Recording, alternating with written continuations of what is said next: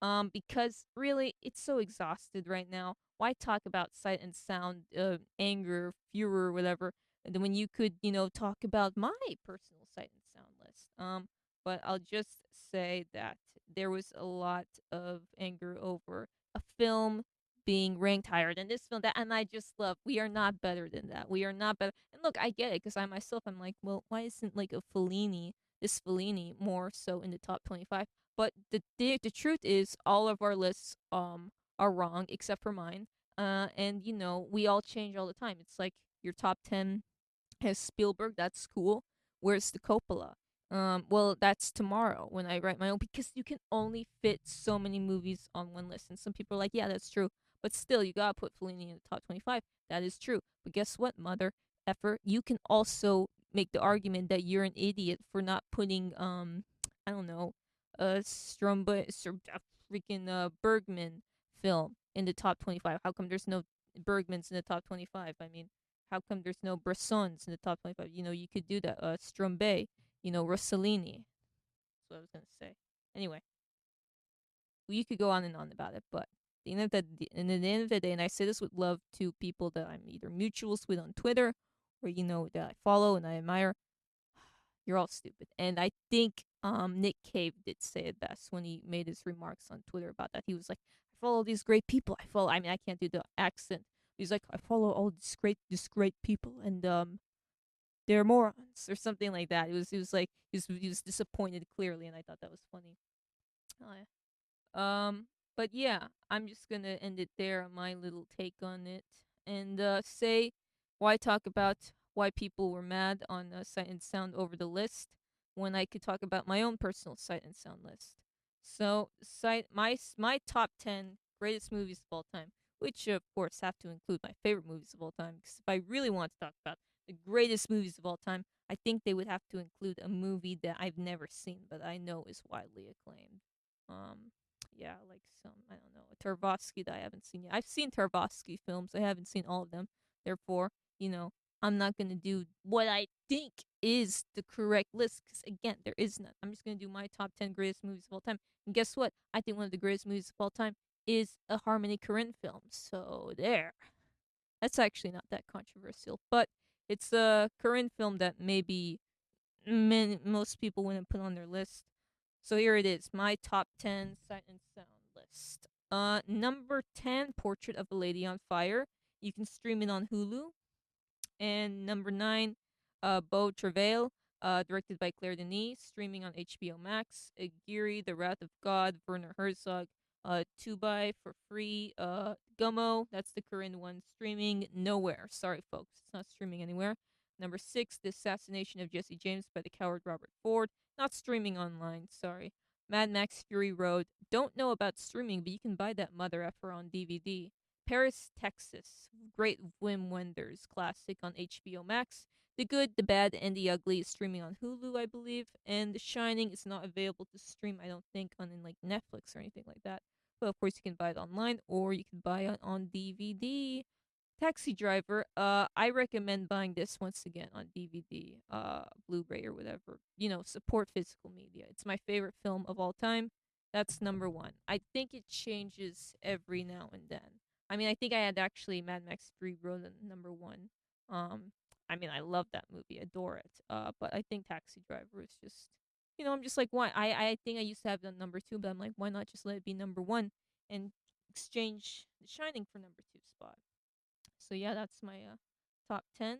I considered putting a Turkish film called the Wild Pear Tree on there, but that's my top 10 for today, and I think it's pretty good. Anyway, that's these are all movies that have influenced me in some way, or just I just can't stop watching them. So that is enough, I guess, sight and sound talk. Except we need to talk about something involving Mr. Paul Schrader. This is a director that I admire. And look, it's old news to cinephiles at this point to discuss sight and sound once again. I mean, I just talked about it. But before we completely move on to some other topic, I'd like to recommend Ben Schwartz's very recent take on Paul Schrader's take on Gene Dielman taking number one spot in the Sight and Sound greatest movies of all time list. Because Ben Schwartz, he's a good writer, and yeah, he wrote about Paul Schrader's you know talk. Well, not talk, his Facebook post, because he did a Facebook post that I did not agree with at all. No, no, no, no, sir, I did not agree with that. But it's okay. Even the great ones, say things that are wrong. Funnily enough, Paul Schrader, he wrote Taxi Driver. But yeah, if you like reading, The Nation put out this article. The sight and sound wokeness furor signifies little, and I completely agree with that. It's funny. I was going to talk about this today, but then I read this article and I was like, you know what? This just sums it up best. This literally just sums it up best. I don't know what else to say. I mean, he says, I'm just going to quote really quickly here. One can fairly say the world of cinema got seismically rocked last week with the news that Chantal Ackerman's Gene Dielman film, 1975, took the number one spot on Science Sound magazine's once every 10 years greatest films of all time poll. Ackerman's 3 hour domestic malaise opus placed above the work of longtime listees Hitchcock, Orson Welles, Ozu, and Kubrick. And he's talking about how Paul Schrader reacted to it, and he's like, man, oh, come on, dude. Well, he says it better than I, and I can't. He even references other people's tweets that, even though I admire these people, they're wrong. I mean, not everyone. I mean, like, I admire this filmmaker. I don't know about this other guy. But he ends it with this near the end of the list, and then I'm going to give you my thoughts on it. Since the 2012 list, the debate over inclusion versus canon has touched seemingly every area of film discourse. The Oscars So White Twitter hashtag the 2020 New York Times evisceration of criterion for its paucity of films by black filmmakers, only 9 in more than 1,000, which the company now rectifies with current releases. Fans demanding Idris Elba play James Bond, troll review bombing the all-female led Ghostbusters, and now it reaches the rarefied air of the Sight and Sound poll. However, this time it's about a film whose merits are undeniable. If Gene Daleman had simply made the top 10, no serious critical consensus could deny it a place. Schrader himself acknowledges its greatness. And then I just gonna go over for it here, where he says, everyone knows that there is no greatest film ever made, but it's that number one designation that galls the list's critics. The SNS directors poll ranked Gene Daleman as number two, and nobody seems upset about that. Perhaps it's not simply Gene Daleman's ranking that exasperates, but that its aesthetic utterly rebuks that of the cherished film it bounced Vertigo.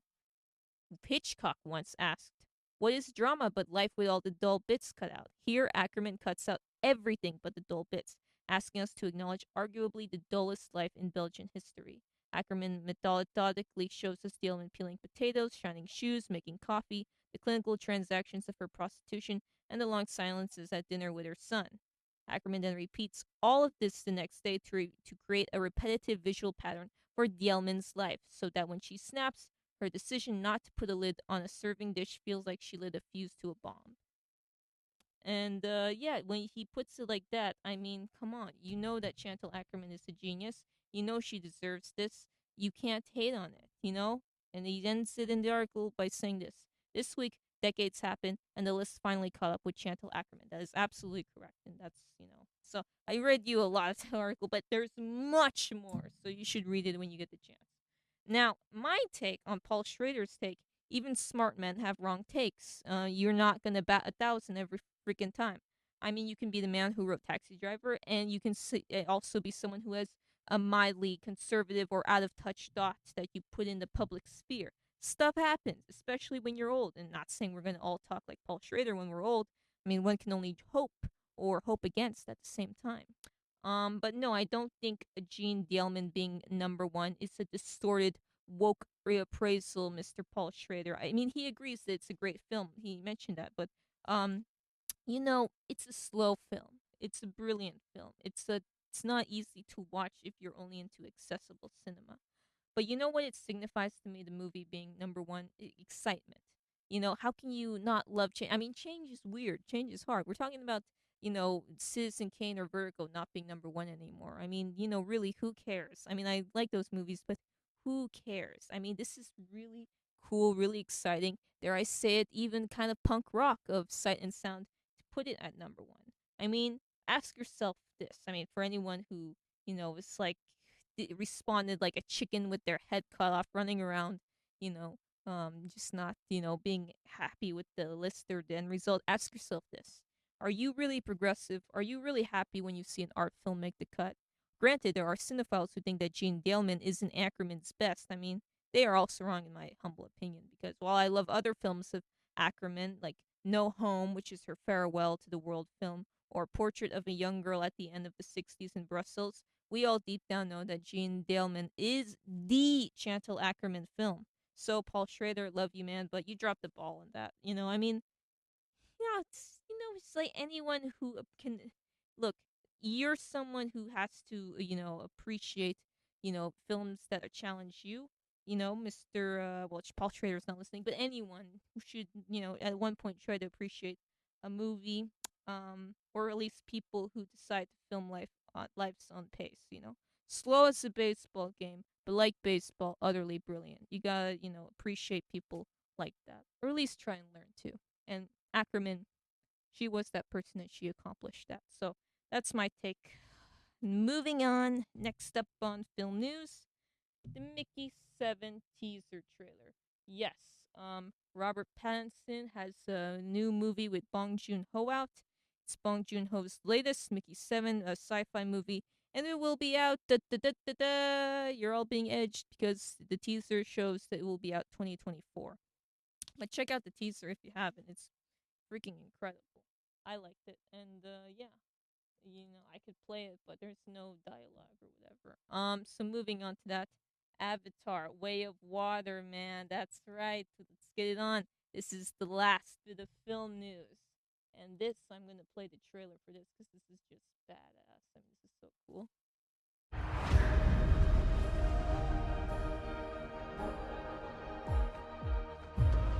Why do you come to us? I just want to keep my family safe.